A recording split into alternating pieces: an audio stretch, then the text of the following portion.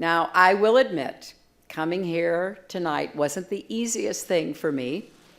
There have been a few times this past week when all I wanted to do was just to curl up with a good book or our dogs and never leave the house again. But if there's anyone who knows how to pick yourself up and get back on your feet and get to work, it is Marion. I often quote Marion when she says that service is the rent we pay for living. Well, you don't get to stop paying rent just because things don't go your way. I know many of you are deeply disappointed about the results of the election. I am too, more than I can ever express. But as I said last week, our campaign was never about one person or even one election.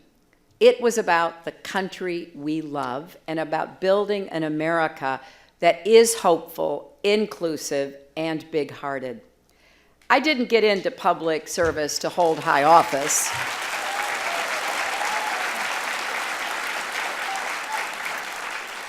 "45 years ago, that would have seemed an absolute, incredibly wrong-headed view. But I did decide to be an activist, to use my law degree to help kids. I know that over the past week, a lot of people have asked themselves whether America is the country we thought it was.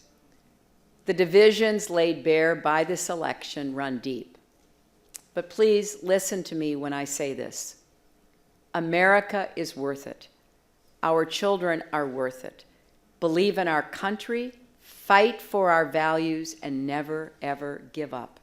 And I dream of going up to her and sitting next to her and taking her in my arms and saying, look at me and listen. You will survive. You will have a family of your own, 3 children.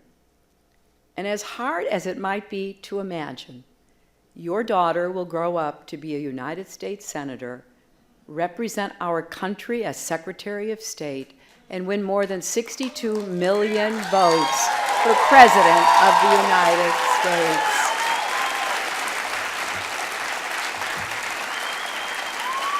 Now,